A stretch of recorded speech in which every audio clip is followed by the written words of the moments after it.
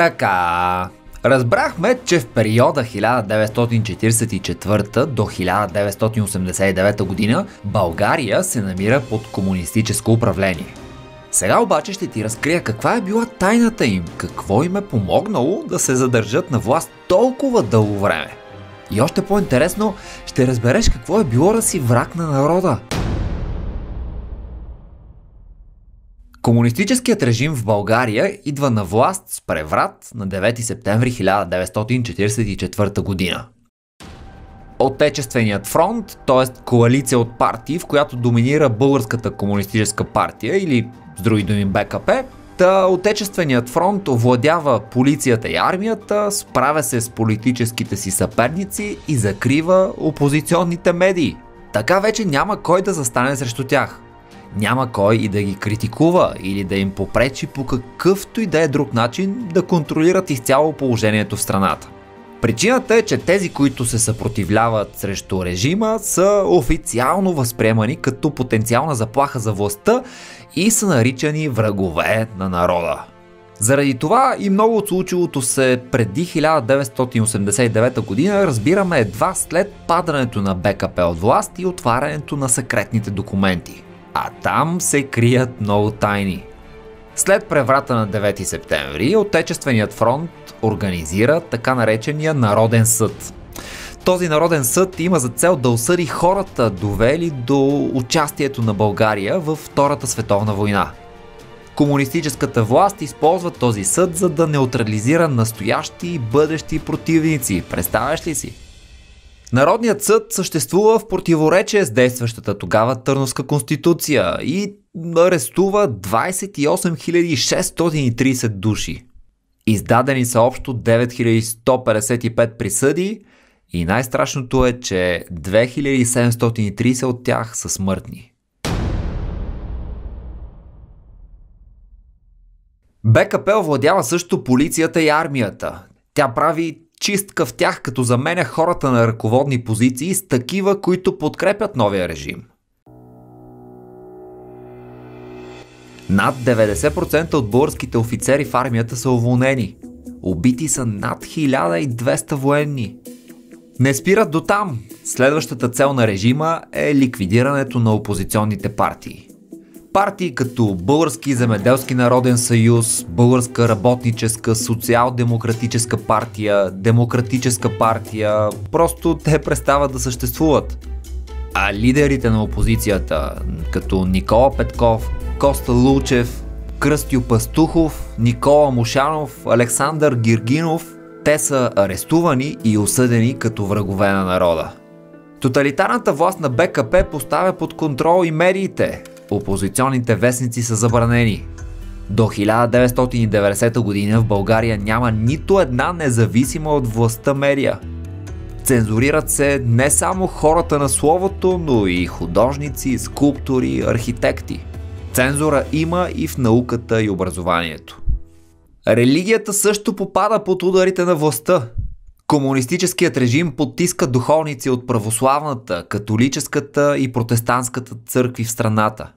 Репресиите водят до затварянето или изпращането в лагери на около 10% от всички православни свещеници. Властта дори приема и нов закон за изповеданията.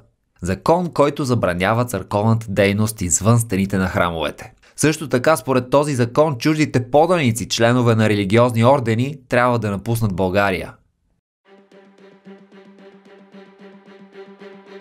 Комунистическият режим принуждава и българите, носещи турско-арабски имена, да ги сменят в български такива.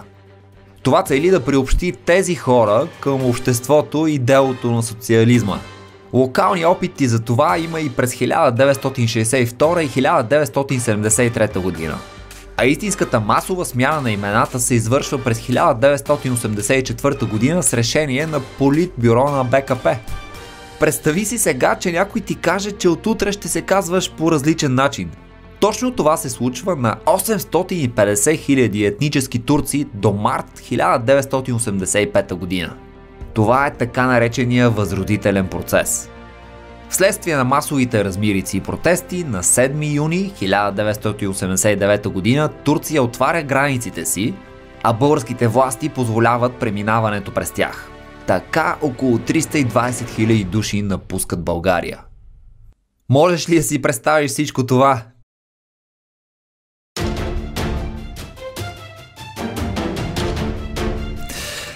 Все пак е имало и хора, които са опитвали да се борят с комунистическата власт. Това са така наречените горяни, герои от онова бурно и противоречиво време. Горянското движение е най-многобройната организация срещу репресиите на комунистическия режим. Горяните са въоръжени, като действат в чети или по-отделно. Горянското движение възниква спонтанно и се разраства след това, когато държавата започва да иззема земеделските земи на селяните. Властта, разбира се, изобщо не е доволна от това и преследва горяните и други подобни на тях организации.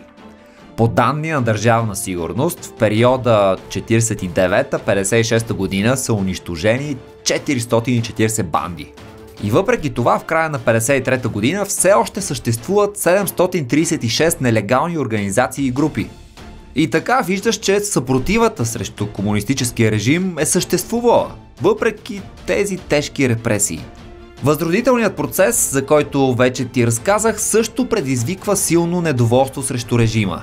През 1984 година, по данни на МВР, само в Кърджалийски окръг е имало 11 протестни митинга. В тях са взели участие около 11 000 души. Впоследствие, през май 1989 година, избухват масови протести в цялата страна, което принуждава БКП да отвори границата с Турция. По същото време започват да набират сила движенията, които активно възразяват на общоприетото мислене и норми в България. Това са така наречените дисидентски движения.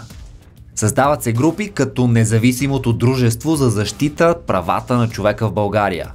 Следват Обществения комитет за защита на Русе, той пък се бори против системното обгазяване на града от химическия комбинат в Гюргево, Румъния. Още един клуб е учреден от известни интелектуалци в Софийския университет. Това е клубът за подкрепа на гласността и преустройството в България. Също така е основано и независимо екологично сдружение Екогласност и още такива други. Наред с зараждащите се клубове, организации, които започват полека-лека да се опълчват на системата, същевременно с тях избухват публични граждански протести. Например, 2000 души демонстрират срещу обгазяването на Русе. Или пък движението Екогласност организира шествие, което внася в Народното събрание петиция с 11 000 подписа, които са срещу проект, свързан с реките в Рила. То по-късно пък прераства в първата демонстрация против комунистическата власт от 1947 година. И така, малко по малко идва 10 ноември 1989 година, когато след 33 години еднолично управление Тодор Живков е принуден да подаде оставка. Това слага началото на демократичните промени в България. Мога само да си представя какво ти е в главата сега след цялата тази шокираща, може би, информация. И нека заедно сега да отговорим на един въпрос. Коя историческа личност никога не е обявявана за враг на народа? От 4-те възможности веднага се насочваме към Тодор Живков. Той е дългогодишен лидер на Комунистическата партия и като такъв никога не е обявяван за враг. От друга страна, Александър Гиргинов и Никола Петков, които споменахме по-рано, са лидери на опозиционни политически партии. Това, разбира се, ги превръща в неудобни за искащата да управлява еднолично комунистическа партия. Следователно, те се превръщат в така наречените врагове на народа. Такъв е Георги Марков. Той е известен български писател, противник на комунизма и автор на задочни репортажи за България. Това е една поредица от есета, които са излъчвани по забраненото в България тогава радио Свободна Европа. Ранен е смъртоносно и загива през септември 1978 година в Лондон. Вече вероятно разбираш защо комунистическото управление продължава цели 45 години. Въпреки съпротивата, режимът съумява да овладее армията и полицията, да ликвидира опозиционните партии и медии и дори да ограничи вероизповеданията. Тези, опълчили се срещу комунистическата власт, са заклеймявани като врагове на народа и са подлагани на различни по строгост репресии през целия период на управление на БКП. Въпреки това, част от хората искрено са вярвали в комунистическите идеали. Адаптирали са се към системата и са се чувствали много добре.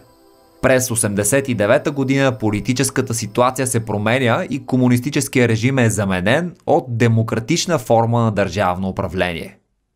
И сега живеем точно по този начин. Има малка разлика, нали?